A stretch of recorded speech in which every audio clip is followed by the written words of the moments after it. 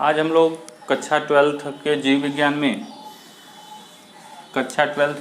में हम लोग पढ़ेंगे पृथक्करण का नियम, मेंडल के नियम। मेंडल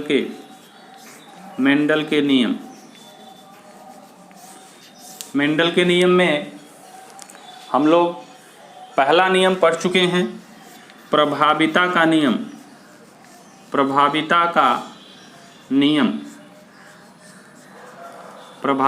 नियम। दूसरा नियम है पृथक्करण का नियम।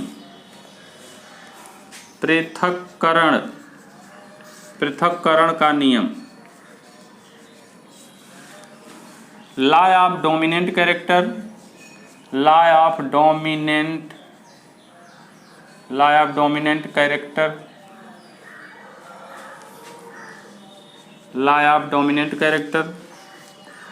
ऑफ सेग्रीगेशन,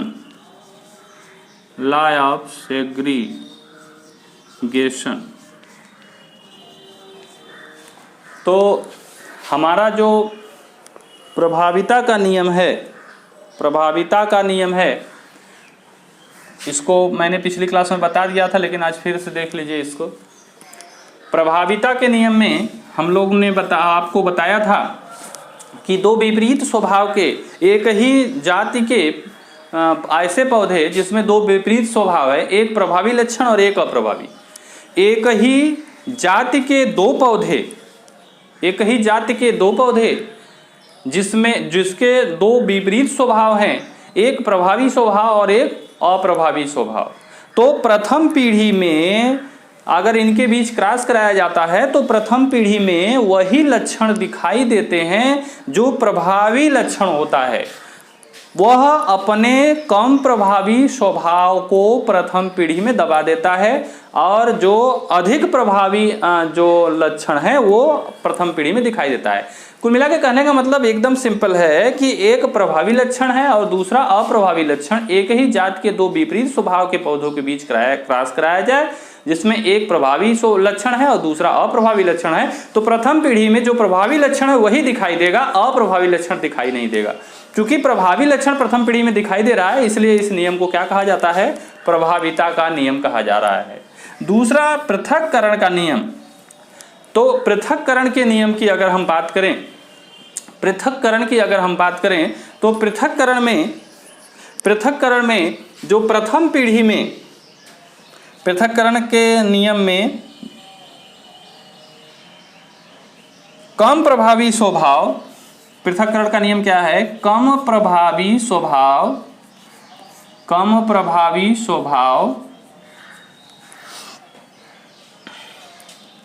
जो प्रथम पीढ़ी में दबा हुआ था, कम प्रभावी स्वभाव जो प्रथम पीढ़ी में दबा हुआ था, कम प्रभावी स्वभाव जो प्रथम पीढ़ी में दबा हुआ था,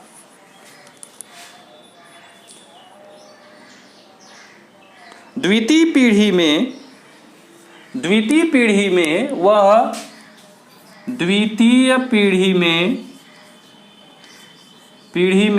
वह तीन संबंधे एक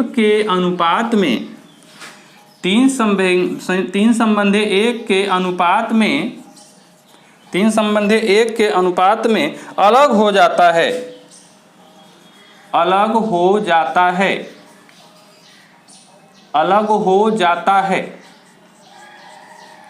अनुपात में अलग हो जाता है, इसे पृथक्करण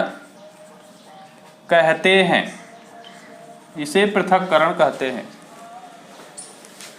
तो ये पृथक्करण का नियम है। अब ये प्रभाविता का नियम की अगर हम बात करें, प्रभाविता के नियम, तो यहाँ पर हम लोग प्रभाविता के नियम की अगर बात करें तो मैंने आपको प्रभाविता के नियम के विषय में बताया है कि दो ऐसे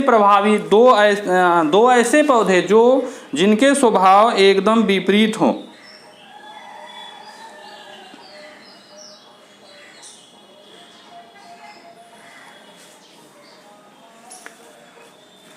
एक ही जाति के, प्रभाविता के नियम में एक ही जाति के दो विपरीत स्वभाव के पौधों के बीच क्रॉस कराने पर प्रथम पीढ़ी में प्रभावी लक्षण वाले पौधे आते हैं। तो प्रभाविता का नियम पहला था, दूसरा नियम था पृथक्करण का नियम। तो हम लोग इसमें प्रभाविता के नियम में ये बताए कि यदि एक ही जाति के दो पौधों के बीच क्रॉस कराया जाए जिनके दो विपरीत स्वभाव हों, जैसे मैं दो विपरीत स्वभाव ले रहा हूं, जैसे लंबा और बौना। तो लंबा जो है वो एक स्वभाव है और बौना जो है उसके विपरीत स्वभाव है। लंबा और बौना विपरीत स्वभाव का होना बड़ा जरूरी है। क्यों? क्योंकि इसमें जब तक विपरीत स्वभाव नहीं होंगे तो उसमें उनके जो कैरेक्टर हैं, मेंडल ने 7 कैरेक्टर लिए थे जिनमें से एक प्रभावी और दूसरा अप्रभावी। तो प्रभावी और अप्रभावी लक्षण का होना बड़ा जरूरी है। जब तक आप प्रभावी अप्रभावी लक्षण को लेकर क्रॉस नहीं कराएंगे तो प्रभाविता का नियम का पालन नहीं होगा। प्रभाविता का नियम यह कहता है कि एक ही जाति के दो विपरीत स्वभाव के पौधों के बीच यदि क्रॉस कराया जाए तो प्रथम पीढ़ी में जो प्रभावी लक्षण वाले पौधे होते हैं, जो प्रभावी लक्षण वाले पौधे होंगे, प्रथम पीढ़ी में वही लक्षण दिखाई देंगे जो प्रभावी होंगे और वो लक्षण नहीं दिखाई देंगे जो अप्रभावी होंगे। तो अप्रभावी लक्षण प्रथम पीढ़ी में दब जाता है। प्रभावी लक्षण दिखाई देने के नाते इस नियम को हम लोग प्रभाविता का नियम कहते हैं। और दूसरा जो नियम है पृथक्करण का नियम, लॉ ऑफ सेग्रीगेशन। तो लॉ ऑफ सेग्रीगेशन कहता है कि कम प्रभावी स्वभाव जो प्रथम पीढ़ी में दबा हुआ था। अभी ध्यान दीजिए, प्रभाविता के नियम में मैंने कहा कि जो कम प्रभावी स्वभाव है वो दबा हुआ है, प्रथम पीढ़ी में कम प्रभावी स्वभाव दबा हुआ है। तो द्वितीय पीढ़ी में जो कम प्रभावी स्वभाव था प्रथम पीढ़ी में, द्वितीय पीढ़ी में दबा हुआ वह अप्रभावी स्वभाव द्वितीय पीढ़ी में 3 संबंधी 1 के अनुपात में अलग हो जाता है।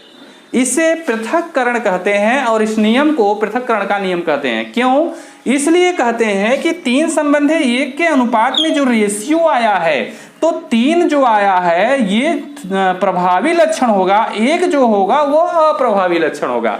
तो लॉ ऑफ सेग्रीगेशन यह कहता है कि प्रथम पीढ़ी में जो दबा हुआ लक्षण था, अगर द्वितीय पीढ़ी में, अगर F2 जनरेशन की बात करें तो जो अप्रभावी लक्षण प्रथम पीढ़ी में था, द्वितीय पीढ़ी में वह अप्रभावी लक्षण भी 1 अनुपात में दिखाई देता है। अगर रेशियो 3 संबंधी 4 का है तो 3 लक्षण आपके प्रभावी होंगे और 1 जो होगा अप्रभावी लक्षण होगा। इसलिए इसे लॉ ऑफ सेग्रीगेशन कहते हैं, पृथक्करण का नियम कहते हैं। पृथक्करण के नियम में आपको सिर्फ इतने जानना है कि कम प्रभावी स्वभाव जो प्रथम पीढ़ी में दबा हुआ था, द्वितीय पीढ़ी में भी वो दिखाई देता है। 3 संबंधी 1 के अनुपात में वो अलग हो जाता है। इसे लॉ ऑफ सेग्रीगेशन या पृथक्करण का नियम कहते हैं। अब ये जो दोनों नियम मैंने अभी आपको बताया है, इन दोनों नियमों को हम लोग चार्ट के द्वारा समझ लेते हैं।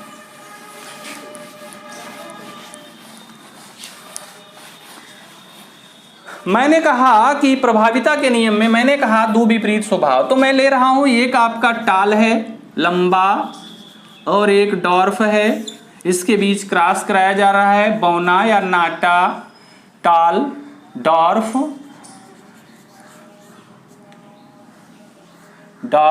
बौना, इसके बीच क्रॉस कराया जा रहा है। तो इसका जो जीनोटाइप है उसको मैं कैपिटल से ले रहा हूं, कैपिटल लेटर से, और जो अप्रभावी लक्षण वाला है उसको स्मॉल लेटर से। पिछली क्लास में मैंने इसका चर्चा किया था कि जो प्रभावी लक्षण वाले पौधे हैं उनके जीनोटाइप को हम लोग कैपिटल लेटर से व्यक्त करेंगे और अप्रभावी लक्षण के जीनोटाइप को हम लोग स्मॉल लेटर से प्रदर्शित करेंगे। इनके बीच अगर क्रॉस कराया जाता है तो मियासिस होता है तो ये कैपिटल टी और ये कैपिटल टी अलग हो जाएगा। ठीक इसी प्रकार यहाँ स्मॉल टी और स्मॉल टी यहाँ भी अलग हो जाएगा। वही क्रिया रही है, मियोसिस ही हो रही है। जनरेटिव सेल्स में होने वाली प्रक्रिया है आपका मियोसिस। अब इसके बीच जब क्रॉस कराया जाता है तो यहाँ पर एक कैपिटल टी एक स्मॉल टी, एक कैपिटल टी एक स्मॉल टी देख रहे हैं आप, हर जगह वही प्रक्रिया हो रही है, एक कैपिटल टी एक स्मॉल टी। और उसके बाद आप देखेंगे कि जितने भी यहाँ पर F1 जनरेशन है, F1 जनरेशन, F1 जनरेशन ये है आपका प्रथम पीढ़ी। प्रथम पीढ़ी में सभी आप लोग देखें, प्रथम पीढ़ी में ये जो है बेटसन और पुनेट का चेकबोर्ड मॉडल भी देख लीजिए। बेटसन और पुनेट का check board model, F1 generation का ये जो चार्ट है इसको बेटसन और पुनेट ने चेकबोर्ड मॉडल के द्वारा दिया था, इसलिए इसको बेटसन और पुनेट का चेकबोर्ड मॉडल भी कहते हैं। तो इसको भी आप देख लीजिए, ये चेकबोर्ड मॉडल बनता कैसे है। ये आपके जीनोटाइप जो टी है, टाल है, ये स्मॉल हो गया, ये स्मॉल हो गया, डार्क हो गया, तेरे को गुणा करें, यहाँ क्रॉस करा देंगे इसको, तो एक कैपिटल टी एक स्मॉल टी, एक कैपिटल एक स्मॉल, एक कैपिटल एक स्मॉल, एक कैपिटल एक स्मॉल, यहाँ आल टाल। यानी प्रथम पीढ़ी में मैंने अभी आपको बताया कि प्रभाविता का नियम अगर लंबा है तो प्रथम पीढ़ी में कौन आएगा, लंबा होगा, आल टाल की बात होगी। तो प्रथम जनरेशन में, प्रथम पीढ़ी में अगर हम बात करेंगे तो आल टाल हो जाएगा, आल टाल। यानी एक चीज यह क्लियर हुआ प्रभाविता के नियम में कि प्रथम पीढ़ी में, प्रभाविता के नियम में यह चीज क्लियर हुआ कि प्रथम पीढ़ी में एक प्रभावी और एक कम प्रभावी, एक प्रभावी और एक अप्रभावी लक्षण के बीच, पौधे के लक्षण के बीच क्रॉस कराया जाता है, तो वही लक्षण दिखाई देंगे जो प्रभावी होगा, और जो अप्रभावी होगा वो लक्षण दिखाई नहीं देगा। जो प्रभावी लक्षण होगा वो दिखाई देगा, जो अप्रभावी लक्षण होगा वो दिखाई नहीं देगा। यहाँ पर मैंने चेकबोर्ड मॉडल भी बना दिया है। अब इसी चीज को हम लोग F2 जनरेशन की बात करें तो यहाँ पर F2 जनरेशन की अगर हम बात करेंगे तो सेल्फ क्रॉस कराएंगे, सेल्फ क्रॉस कराएंगे। F2 जनरेशन के लिए हम लोग सेल्फ क्रॉस कराएंगे। यहाँ पर जितने भी रेशियो आया है वो टोटल प्रभावी लक्षण हुआ आल टाल। अब यहाँ पर हम लोग देख लेते हैं F2 जनरेशन का सेल्फ क्रॉस करा के जो लॉ ऑफ सेग्रीगेशन का नियम है। तो यहाँ पर जो प्रथम पीढ़ी में यानी F1 जनरेशन में जो हमारा आया है टाल का जो जीनोटाइप है, एक कैपिटल और एक स्मॉल, ये भी टाल, एक कैपिटल और एक स्मॉल। F2 जनरेशन का जो F1 जनरेशन, F1 पीढ़ी का जो रिजल्ट है आल टाल आया है, F1 जनरेशन का जो रिजल्ट है आल टाल आया है, उसका हम लोग सेल्फ क्रॉस करा रहे हैं, सेल्फ क्रॉस करा रहे हैं। तो यहां पर प्रोसेस वही होगा, फिर मियासिस होगा, मियासिस होगा, एक स्मॉल और एक कैपिटल, एक स्मॉल और एक कैपिटल, यहां भी एक स्मॉल, वही प्रोसेस होगा, मियासिस ही होगा, मियासिस एक कैपिटल और एक स्मॉल। तो यहाँ पर इसके बीच क्रॉस कराएंगे तो ये स्मॉल टी कैपिटल टी, एक स्मॉल और एक, ये दोनों स्मॉल हो गए, यहाँ ध्यान देना है, ये कैपिटल टी दोनों कैपिटल टी हैं, और यहाँ पर एक कैपिटल टी एक small T, capital T small T. तो यहाँ पर हम लोग जीनोटाइप की बात करें, यदि हम लोग जीनोटाइप की बात करें, यहाँ F2 जनरेशन, F2 पीढ़ी की बात करें, F2 पीढ़ी की बात करें तो यहाँ पर एक आया आपका टी और दूसरा है टी, तीसरा भी टी, और यहाँ पर एक दोनों स्मॉल टी। यानी यहाँ से लेके यहाँ तक मैंने आपको बताया था, ये आपके टाल हैं, 3 टाल हो गए, 3 टाल हो गए, और रेशियो 1 आपका डार्फ हो गया, DWARA, डार्फ, बौना, ये बौना हो गया, ये लंबा हो गया। तो यानी कुल मिला के कहने का मतलब मैंने आपको बताया था कि जीनोटाइप में दोनों कैपिटल लेटर हैं तब पर भी वह लंबा होगा, एक कैपिटल एक स्मॉल है, एक कैपिटल एक स्मॉल है, तब पर भी लंबा ही होगा। मैंने आपको बताया था कि अप्रभावी लक्षण कोई भी हो, जब दोनों स्मॉल लेटर रहेगा तभी वह अप्रभावी लक्षण रहेगा। लक्षण में कोई भी अगर प्रभावी है तो एक कैपिटल का होना बड़ा जरूरी है। जब तक कि दोनों जीनोटाइप जो होंगे वो स्मॉल नहीं होते हैं तब तक वह अप्रभावी लक्षण को व्यक्त नहीं करते हैं। तो इस तरह से हम लोग देख लिए कि जीनोटाइप में, जीनोटाइप किससे कहते हैं, आगे कुछ लोग जीनोटाइप में चिल्ला रहा हूं, आप लोगों के दिमाग में आया कि जीनोटाइप क्या है। तो जीनोटाइप को देख लीजिए, मैं जीनोटाइप को यहां व्यक्त कर रहा हूं।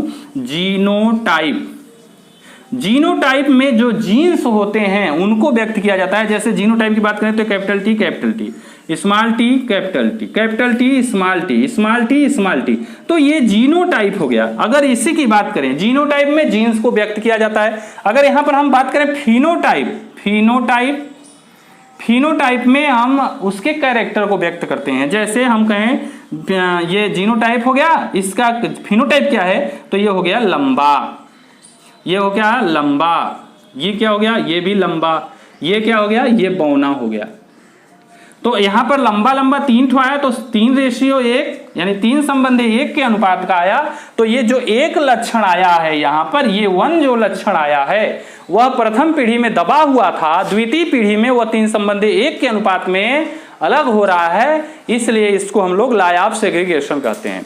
तो कहने का मतलब ये हुआ कि प्रथम पीढ़ी में जो दबा हुआ लक्षण था, द्वितीय पीढ़ी में, प्रथम पीढ़ी में जो दबा हुआ लक्षण था, द्वितीय पीढ़ी में वह 3 संबंधी 1 के अनुपात में अलग होता है, जिसमें से प्रभावी लक्षण आपका 3 होता है।